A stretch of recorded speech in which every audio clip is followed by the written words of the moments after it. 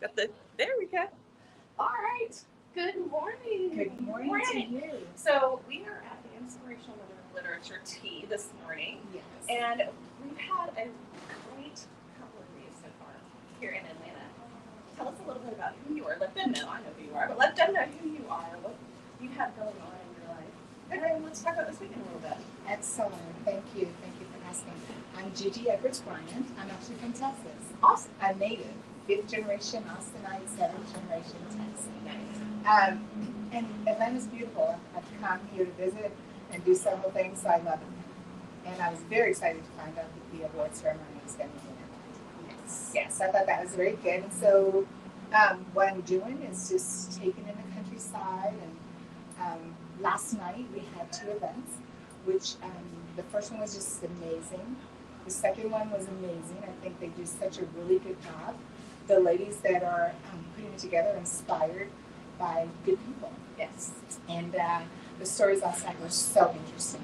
It was just listening to all the different backgrounds, the reason people write, the reason people put together newscasts. Our news industry has been so under attack lately, but it's the only way that we can tell our stories.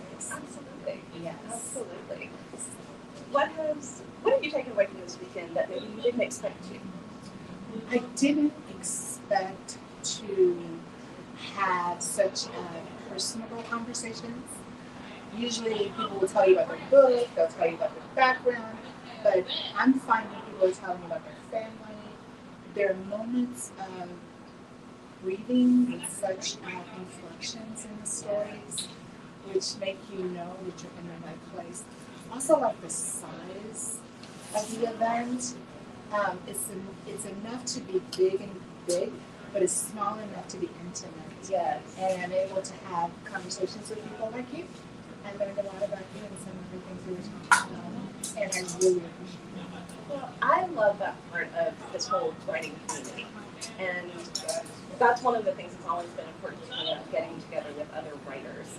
And another, Citrus's mom, actually, and I were talking last night. And they are coming into it from show business, from Hollywood aspect of things, a little more cutthroat.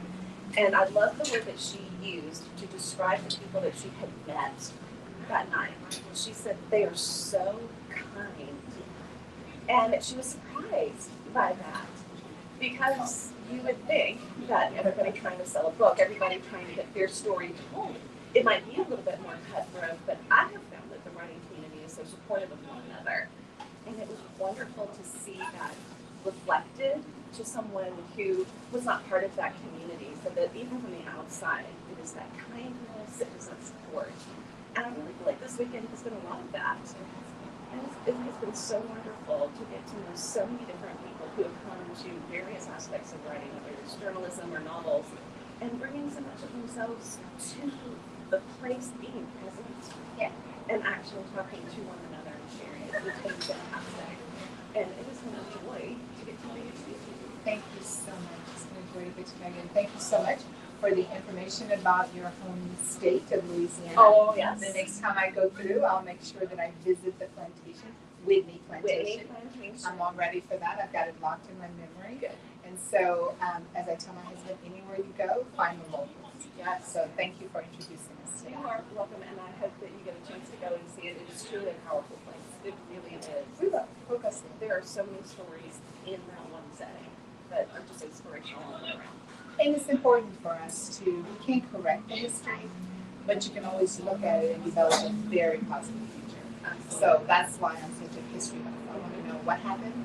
I know why, but I know the circumstances. Exactly. And that teaches me. Absolutely. Thank you for your time. I really appreciate it. Thanks Thank for you so having me. much for joining me here on the patio at the Swan Cookhouse. Yes, thank you. Have a good day. Enjoy your tea. Thanks. Come on in, lady. Okay, then I'm done. I broke it in for you. Gigi sent me some more folks. Hello. Hi. All right, so we are live. We're still live, and that is Gigi. She's amazing. Love Yes, her. she is. She's She's so a great, sweet. powerful story. She does. She absolutely does. So I'm going to let you introduce yourself to the folks that are joining us live. So we are live on Facebook and YouTube. So guys, leave those comments. I will check them. as we kind of get through the day, I can't see them right now, but I will check them. So if something strikes you as something interesting, you have a comment, you have a question, I will see what I can do to get those things answered for you. So let the folks know a little bit about yourself. Well, my name is Rita. My last name is Rich, Rita Rich. I got married. I got rich. I traded it in for a four-letter name for a longer Russian Polish name. So my mom said, when we were figuring out whether I should take my husband's name, I'll be rich already. Because that's all me. Yep. I met the ladies, Nona and Jade, because I was a local radio newscaster in Annapolis, Maryland, which is their home turf. And Annapolis is a wonderful city, became my home away from home. I was news director for a local news, it was an all-purpose station, played mostly oldies, but we had a lot of good public affairs shows and informational interviews with me and the morning guy. Do a lot of good stuff for the community. I was a news person, and unfortunately in Annapolis we had some horrible news to have to cover. But that I'm talking about the Capitol Gazette massacre, the newspaper, which goes back to the fact that the media has been under attack, and it seems like it's getting worse. If you don't like what you hear or read, put it down in words, please. Yes. And take all the legal recourse you can, and if the law says you have no recourse, please don't pick up a weapon and go into a newsroom and try to get your revenge. Please. Especially if the people who are just reporting it. Yeah, we're just reporting it. But you didn't make the news, you didn't create the news, you shared the news. And I'll tell you, that one incident galvanized the community. It shocked it. And I was found by the ladies. I didn't find them, they found me. They thought I had an interesting background. I had done local news years and years and years ago before I was a national news editor for a radio network and a producer for nationally syndicated talk shows on that same network. And then I got an offer I couldn't refuse to go into media relations. And 20 years later, I'm back to helping that network where I worked before I got into public relations and media relations. But I love audio, I love radio, and I love the written word. And when I like to empower people, and when the ladies asked that I interview them after they talked to me, I said, sure. It's empowering to be interviewed by your local media. And they're not that well known in their own home state. They're incredibly well known in England, and their YouTube is rampant there. And writers around the U.S. really like them too. They are It's because such fun. they've got open hearts. Yes, and, they do. and I want people to feel comfortable talking to members of the media. And we're not evil. No. We're open-hearted people too. There's a lot of kindness out there. There is something called public service that I think most of us feel when we do our jobs. We're doing a service for the community. So that's my story, and I am being honored by an award, being honored to be called an inspirational journalist. And you are well deserved. And I thank you very much. And that's what I'm doing here, and it's beautiful to be able to be in Atlanta, to be driving around all the neighborhoods that I've gotten a chance to see. And it's great to see autumn in Georgia. It is. So, Well, I'm Thank you. so glad that you were able to join us today, and I am looking forward to the awards team myself. This is such a special event, and Jake and Nona, the And I Thought ladies, have put together a fabulous group of people, and just everyone has come together for just such a great event, great weekend. Those ladies know how to pick people. Yes, They really they do. do. They really do. Well, thank you so much for My joining pleasure. me, and I am so glad to have made your acquaintance and have met you, and you are me, an inspirational one. Thank you so much. thank you.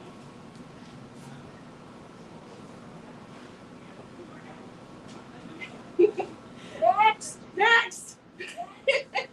And this is live television. This is how we do it. It has been a great weekend here in Atlanta. We have had some wonderful events. We had a group that was actually just supposed to get together at the gifting suite, and it ended up being a sit-down conversation among authors and telling their stories, telling why they write what they write. Then they got to share their stories in a book reading at a local bookstore. And then we had our media mixer, which was just so much fun. Lots of great conversation there. Come on in, join us. I'm Hello. airtime over here. Because that's what we do. That's what we do. So thank you so much for joining me, for taking the lead and coming on over here to the little balcony portico we got. I like it. I know, it's like my little secluded spot. So Absolutely. I'm going to let you introduce yourself to the folks who are watching. Okay. And we're just going to have a chat here about this weekend. Awesome. Well, hello, everybody. My name's Deborah Franklin. I'm an author, speaker, and a coach. But most of all, we got traffic. Yes. Live, y'all. No, we go. This is what we do when we live. Sunglasses and all. Let me take these off so you can actually see my face, because I'm not that much of a celebrity. Yes. Inspirational women. Exactly. One of the things that is near and dear to my heart is Church Girl CEO. I founded that, and that has been such an awesome ministry/business, because it is for women that are leaders in ministry and in business to come together, have that safe place to chit chat. And as one of my friends who's Jewish said, well, can synagogue girls turn too? I said, absolutely. Because I was like, I don't care what church you go to, what synagogue you go to, what mosque you go to. We all go through the same thing because we're dealing with people. But for this weekend, I'm here in two capacities. I'm here as an author as well as a coach for a publicity. Oh my God, I do so much. So I help people get visibility. So we're also here with my show, which is Conversations with Deborah Franklin. I know, real creative name. But It's good to know what you're getting into. yeah, exactly. So, I was real creative when I was branding things, so trust me. And now it's interesting that I did it. But one thing that I also love about Church Girl CEO is that we work in the area of missions. And so with missions, we do missions locally, nationally, and internationally. And our biggest project that we have now is going on in Kenya, where we are working on building, however you want to say it, a well. Because with this water project, it gives them sustainable water for this particular community, and in some of the rural areas where it's hard for them to get clean, sustainable water. And I know it's hard to fathom, hard to think of that still happening in 2022, almost 23. And so to even think, and when we went on missions this year, it was amazing to see what we took for granted as Americans. And as Americans, we take so much for granted. And so that's part of our mission with Church Girl CEO, to be able to go out and serve in the community and be that beacon of light that people know that they can depend on. And that is such a powerful mission. And bringing water to a community transforms that community. Absolutely. I mean, it seems like such a singular thing, but that singular thing is transformative. And so what an impact that you are having, and to know that that impact is going to have that ripple effect going on for years and years. Absolutely. That's truly powerful stuff. And Deborah, it has been an absolute joy to meet you this weekend. Your energy is contagious. You are so much fun. And it has been truly my pleasure to have this time to talk to you today. And my pleasure to be with you. It's so fun to be interviewed and talked to, as opposed to me trying to oh my God, what do I say next? Sometimes it's nice to be on the other side. Right.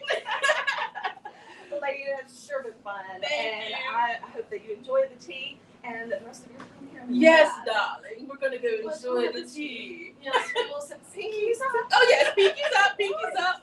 All right. It's been fun. Thank you, girl. Bye, y'all. All right. See if we got anybody else out there that wants to talk.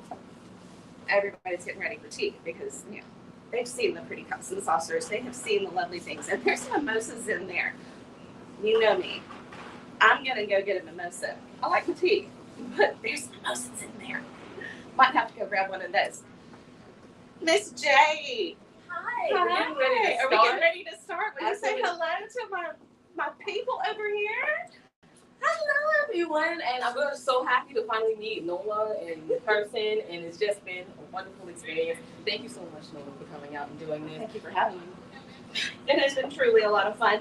Thank you so much, guys, for joining us live. And we are now going to go into that awards tea where we're going to get to hear some stories about some amazing people. I will share those stories with you later. But have a wonderful Saturday, and we will see you soon.